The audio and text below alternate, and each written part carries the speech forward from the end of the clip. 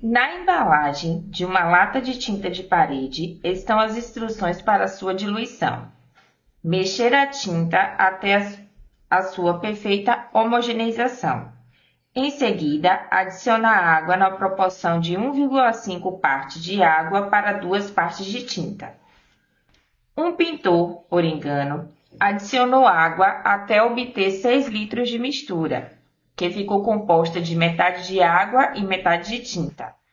Para acertar a proporção correta da mistura, deverá adicionar, e aqui a gente tem as opções. Vamos lá.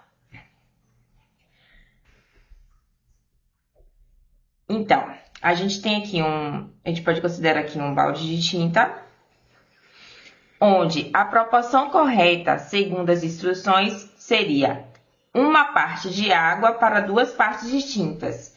Então, teríamos 1,5 partes de água e 2 partes de tinta.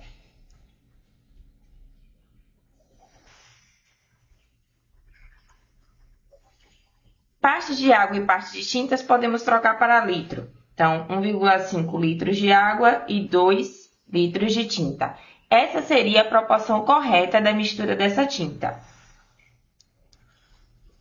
1,5 litros de água para cada 2 litros de tinta. Um pintor, por engano, adicionou água até obter 6 litros de mistura.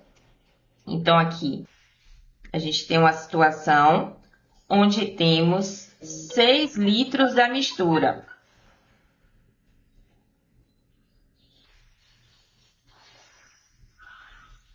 Que ficou composta de metade de água e metade de tinta.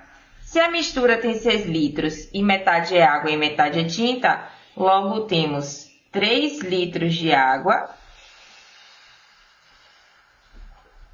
e 3 litros de tinta. Então, a proporção ficou metade de cada. Mas a proporção correta é para cada 1,5 litros de água, nós temos que ter 2 litros de tinta. Para acertar a proporção correta da mistura, deverá adicionar... Bom, então, se a proporção correta é 1,5 litros de água para 2 litros de tintas e nós temos 3 litros de água, significa que aqui é a proporção correta.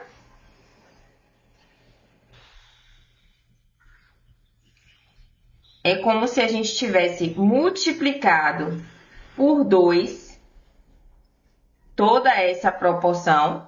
Então, se eu dobrar a quantidade de água, eu teria que dobrar também a quantidade de tinta.